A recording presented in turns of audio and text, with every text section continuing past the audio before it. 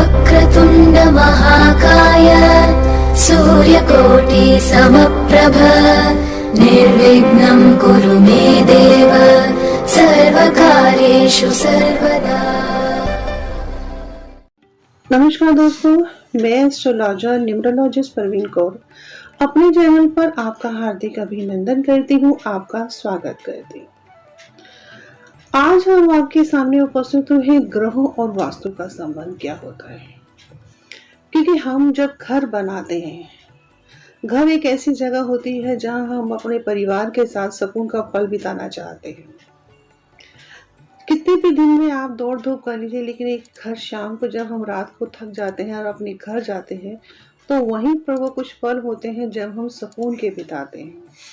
लेकिन क्या वो घर हमें किस डायरेक्शन में बनाना चाहिए, किस डायरेक्शन का घर किस नक्षत्र के व्यक्ति के लिए, ये किस राशि के व्यक्ति के लिए सही है, ये आज हम आपको बताएंगे।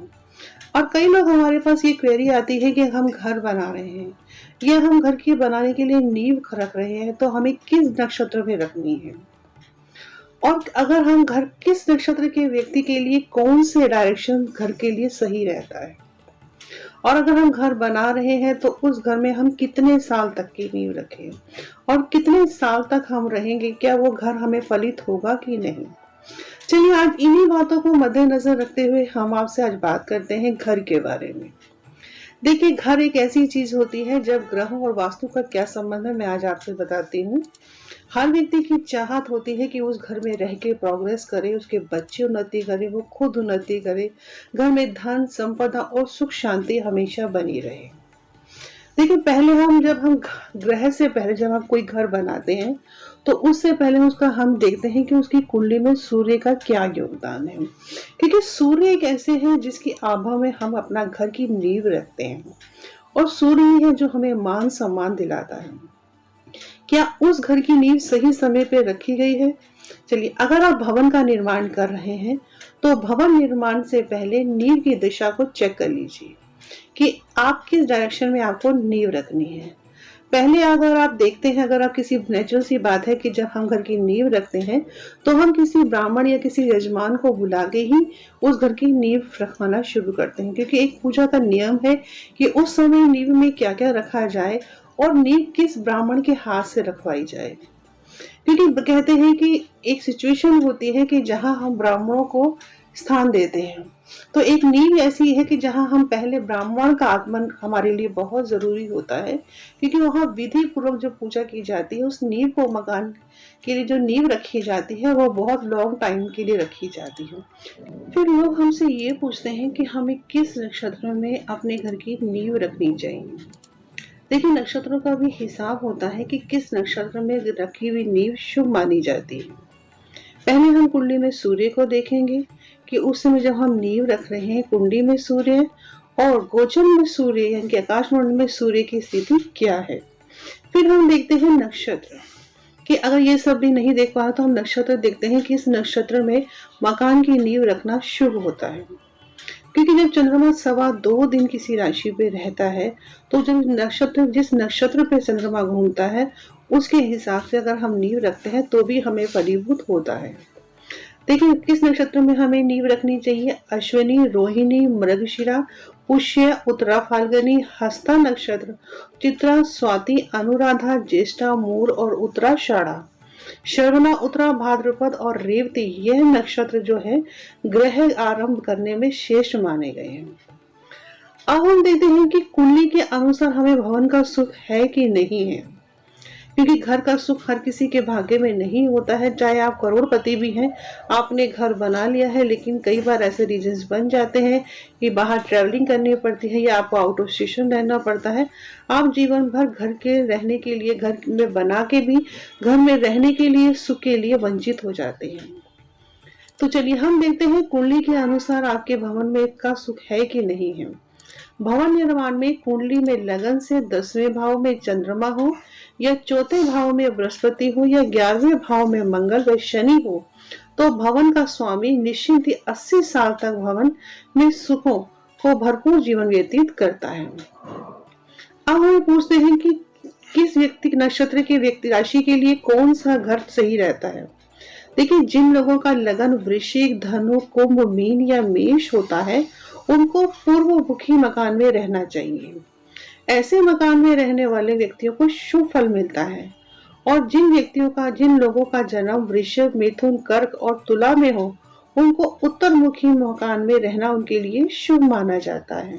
कई लोग पूछते हैं कि हम अपनी मेहनत से घर बनाएंगे या फिर हमें ऐसे ही रहना पड़ेगा। तो उसका भी एक बहुत आसान तरीका है। आप अपनी कुंडली के 4, 8, 7 के अनुसार 4th हाउस का लॉर्ड अगर शुभ ग्रह के साथ युति करके केंद्र या त्रिकोण में 1, 4, 5 या 7, 9, 10 में हो, तो ऐसे व्यक्ति अपने स्वयं की मेहनत से घर बनाता है और उत्तम मकान बनाता है। उसके घर में सभी प्रकार की सुख सुविधाएं भी उपलब्ध होती हैं। यदि लग्नेश 4th हाउस का लॉर्ड लगन में हो या ऐसे योग हो में जातक अपने पराक्रम या पुरुषार्थ से अपना घर बनाता है, और यदि 4th हाउस में चंद्र, शुक्र या 4th हाउस का उच्च राशिगत हो या चतुर्दश, इनकी 4th हाउस का लॉर्ड केंद्र या त्रिकोण में हो, तो ऐसा जातक बड़े बंगले या महलों का स्वामी होता है। ऐसे व्यक्ति के घर के बाहर बगीचा भी होगा, जलाशय यानी कि स्विमिंग पूल भी होगा, घर भी बहुत सुंदर और अट्रैक्टिव होगा और वो इतने ढंग से बनाया होगा कि हर किसी की नजर उसके घर पे होती है कि वो कितना अच्छा घर बनाया है। यदि 4th हाउस का लॉर्ड लग्नेश और चतुर्थ में हो, तो मनुष्य को अचानक से घर की प्राप्ति होती। कई बार आपने देखा ना कि आपके पास पैसा भी नहीं होता, कुछ भी नहीं होता, और आपके पास लगता है कि यार सडनली आपको कहीं से ऐसा ऑफर आता है कि आपका घर बन जाता है। तो वो इस कंडीशन में होता है यदि 4th हाउस का लॉर्ड यानी और लग्नेश दोनों चतुर्थ भाव में हो, तो मनुष्य को अचानक ही घर की प्राप्ति होती है। ऐसा घर उसको दूसरों के द्वारा बनाया हुआ मिलता है। और यदि 4th हाउस या 4th हाउस का लॉर्ड चर राशि में हो, 1, 4, 1, 4, 7, 10 में हो, तो 4th हाउस का लॉर्ड अगर शुभ ग्रहों से दृष्ट हो या युति हो, तो ऐसा जातक बहुत मकानों का मालिक भी बनता है। ग्रहों की सिचुएशन राशि में हो तो जातक का स्थायी मकान भी होता है। कई बार मकान बनाना और उसका सुख भोगना हर किसी के भाग्य में नहीं होता है। तो प्लीज जब आप मकान बनाएं तो इस बात का विशेष कर ध्यान रखें। एक बार अपनी कुंडली किसी अच्छे ज्योतिष से एनालिसिस करवाइए और पता लगाइए कि आपके भाग्य में उस घर का सुख है कि नहीं। या आपको घर कोई गिफ्ट में देगा या फिर कहीं से आपको ऐसे योग बनने हैं आपकी कुंडली में, या आपकी संतान या आपकी स्त्री की कुंडली में ऐसे योग हैं कि अचानक ही आपको कहीं से धन का लाभ होगा या कोई सरप्राइज आपको ऐसा घर का मकान दे देगा। कई बार आपने देखा है कि कई लोग अपने ससुराल के मकान में रहते हैं या ससुराल से उन्हें ऐसे गिफ्ट मिलते हैं। हम आपकी कुंडली में देखते हैं 4th हाउस को, क्योंकि 4th हाउस ही एक ऐसी जगह है जहां से हम अपने घर का सुख, वाहन सुख, जायदाद का सुख, कि हम कितने प्रॉपर्टियों के मालिक होंगे, हमारे पास जमीन होगी कि नहीं, वाहन का सुख होगा कि नहीं। क्योंकि कई बार ऐसा होता है कि एक ही मकान में सिमट के रह जाते हैं हम और प्रॉपर्टी बना ही नहीं पाते। लेकिन हम प्रॉपर्टी बनाते हैं, लेकिन उस प्रॉपर्टी हमारे पास कई बार होता है, प्रॉपर्टी ले रहे हो, खरीद रहे हो, किसके लिए बेनिफिट होगा कि नहीं। आप कई बार होता है कि हम लोग अगर वाहन का सुख देखते हैं, जब 4th हाउस से देखते हैं कि हमें जो प्रॉपर्टी लेनी है वो वाइफ के नाम से लेनी है या अपने नाम से लेनी है या फिर बच्चों के नाम से लेनी है, तो हम कुंडली में 4th हाउस को देखेंगे। और वाहन का सुख देखते हैं तो वो भी हम वही से देखेंगे। तो हम अगर देखते हैं कि 4th हाउस में जन्म पत्रिका, आपकी जन्म कुंडली में 4th हाउस में अगर मरकरी है, वीनस है, मून है, तो वह अपने जीवन में मकान या वाहन का सुख भोगता ही है। यदि कुंडली के 4th हाउस में ग्रहण योग बन रहा है, कई बार कईयों की 4th हाउस में ग्रहण योग बन जाता है कि घर तो है, सब कुछ है, धन भी है, सुविधाएं सब कुछ है, आप भी एबिलिटी है, लेकिन घर का सुख नहीं है। तो कुंडली के 4th हाउस में अगर ग्रहण योग बन रहा है तो पितृ दोष हो या घर में किसी साय का असर हो, तब भी घर का सुख नहीं मिलता है। कई बार आपने देखा है कि कई लोग अपने ससुराल के मकान में रहते हैं या ससुराल से उन्हें ऐसे गिफ्ट मिलते हैं या फिर कुछ ऐसी मिस हैपनिंग हो जाती है परिवार में। कई बार आपको अपने ही परिवार के प्रॉपर्टी में हिस्सा नहीं मिल पाता। तो इन सब बातों पे नजर डालते हुए आप अपनी कुंडली को एक बार किसी अच्छी ज्योतिष से, अगर आप घर बनाने की सोच रहे हैं या घर की चाहत है, तो एक बार किसी अच्छे ज्योतिष से अपनी कुंडली को एनालिसिस करवाइए और पता कीजिए कि आपके पास कितना लग्जरी घर आपको मिलने वाला है। क्या आपको अपने पिता की संपत्ति का हक मिलेगा या फिर आपको खुद अपने एफर्ट से घर बनाना पड़ेगा? देखिए, घर की चाहत तो हर किसी को होती है। घर एक सुकून, जहां हम सुकून के पल बिताते हैं। चाहे वो घर कैसा भी हो, छोटा है, बड़ा है, झोपड़पट्टी में रहने वाला व्यक्ति भी है, तो वो भी रात को सुकून से अपने घर की तलाश में निकलता है कि रात को मैं अपने घर, जब सारा दिन की भागदौड़ की जिंदगी से जब हम थक जाते हैं, तो लगता है कि चलो हम अपने परिवार के साथ उस घर में जाके चंद पल सुख शांति से बिताएंगे। लेकिन कई बार आपने देखा है कि घर में आते ही कलेश शुरू हो जाता है, या पति पत्नी में नहीं बनते हैं, या बच्चों की वजह से सर में दर्द हो जाता है।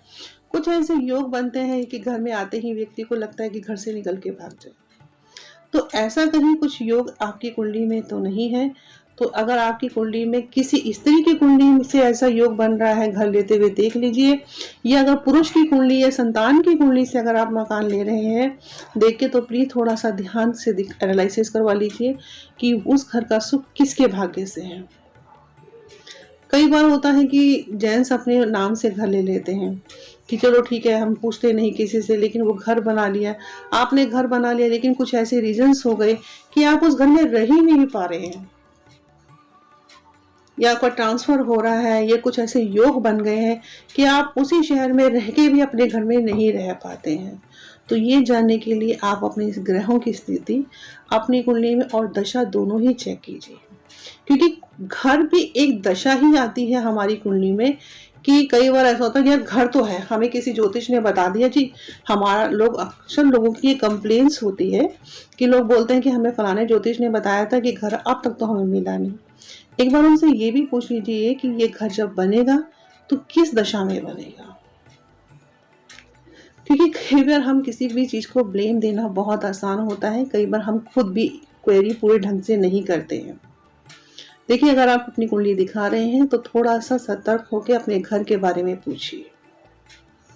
दोस्तों, अगर आपको मेरा चैनल पसंद आता है तो प्लीज मेरे चैनल को लाइक, शेयर एंड सब्सक्राइब करना मत भूलिए। अगर आपको किसी भी तरह की कोई भी क्वेरी आपको करनी है, किसी भी तरह का कोई क्वेश्चन माइंड में है, तो मेरा नंबर नीचे फ्लैश हो रहा है, आप मुझे कॉल कर सकते हैं। जय माता दी।